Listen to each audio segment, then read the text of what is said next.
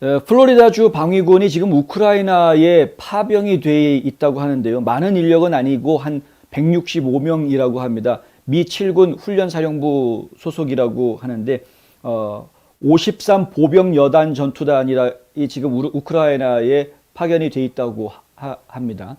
이게 뭐 최근에 파견된 게 아니고 2015년부터 이미 파견이 돼서 그쪽 지역의 그 개발 훈련, 전투 훈련 이런 것들을 지금 이제 지원하고 발전 임무 수행하는 그런 일들을 하고 있는데, 지금 러시아가 침공을 해올 것이 예상이 되고 있는 이런 상황 속에서도, 이런 위기의 상황 속에서도 지금 계속 이들의 작전이 진행이 되고 있는 중이라고 합니다. 제7육군 훈련사령부에서는 우크라이나와 다국적인 합동훈련단을 지금 감독하고 있는데, 제7훈련사령부 대변인이 어제 워싱턴 이그제미너하고 인터뷰를 하면서 이런 이야기를 합니다. 우크라이나가 자생적인 전투훈련센터를 더욱 발전시킬 수 있도록 돕기 위해서 이 훈련병 임무가 진행이 되고 있고, 우크라이나 보안군 프로그램이 성장하고 기관 및 국가 차원의 개발과 훈련을 확장함에 따라서 규모와 범위가 지금 조정되고 있다. 이런 이야기를 했다고 하고요.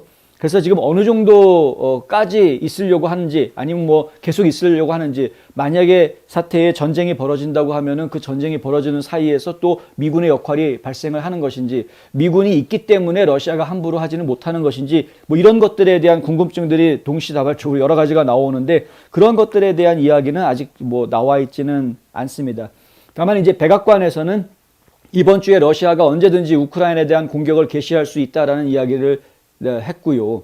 푸틴 대통령이 군사적 대응을 정당하기 위해서 거짓 깃발 작전을 펼칠 수 있다라고 우려하는 발표도 했었습니다. 제가 뭐 성동격서라는 이야기까지 해드리면서 그런 말씀을 드린 적이 있었죠. 상대방이 오해하게 만들어가지고 오해 작전. 그래서 지가 찔러놓고 저쪽에서 때리면 너 왜 나 때려? 그러고서는 갖다가 그냥 확 질러버리는 이제 이런 지금 기만 작전을 벌이려고 하는 것 아니냐라는 이제 지적을 러시아 쪽에다가 했던 것이고요. 그리고 계속해서 러시아가 침공을 한다면 그건 미국에서는 심각한 결과를 초래하게 될 것이다.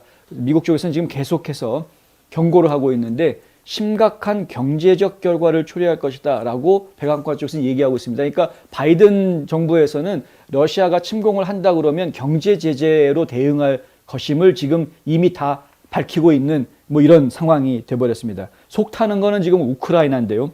아니 경제 제재를 하는 거 가지고 뭐 무슨 소용이 있느냐 이거죠. 지금 당장 우리는 러시아 군한테 짓밟히게 생겼는데, 우크라이나 외무장관은 어제 바이든이 러시아가 자국에 대해서 예상했던 군사적 침공을 사소한 침략일 수 있다라고 이야기했던 그 표현 문구가 하필이면 그렇게 표현이 되는 바람에 바이든 대통령이 어떻게 그런 말을 할 수 있느냐라고 규탄하고 나섰습니다.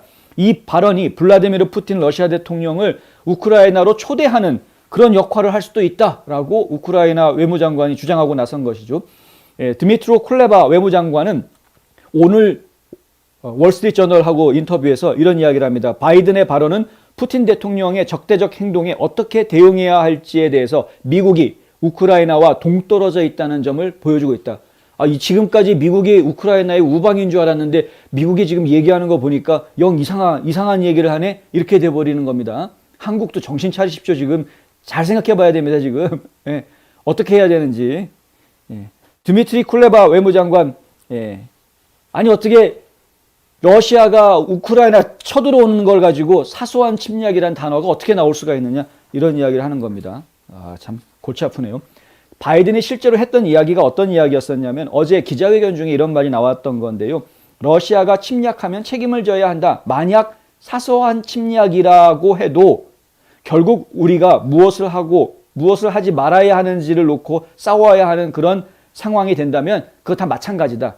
그러니까 아무리 사소한 침략을 한다고 하더라도 결국 미군이 그 전쟁에 참여하느냐 안 하느냐를 고민하는 상황이 돼버린다면 그건 더 이상 사소한 침략이 아닐 것이다 라고 이야기한 겁니다. 그런데 이 이야기가 지금 우크라이나 입장에서 보았을 때는 미국이 정말 아무리 작은 일이 있더라도 미군이 도와주겠구나 라고 받아들여지는 것이 아니라 침략도 이제 사소한 침략과 거대한 침략으로 나누는 건가? 이렇게 생각하게 되는 것이죠. 이러면은 얘기가 좀 달라지는. 그래서 쿨레바 외무장관이 뭐라고 얘기하냐면 바이든에 대해서 사소하고 완전한 침공이나 전면적인 침략에 대해서는 반쯤 공격적일 수는 없는 거다. 뭐 공격이라는 건 공격인 거지 반쯤 공격이고 이런 거는 없지 않은 거냐 이겁니다. 당신은 공격적이거나 공격적이지 않아요. 그러니까 공격을 하든가 안 하든가지 반쯤 공격하고 사소한 공격 이런 게 어딨냐는 거죠.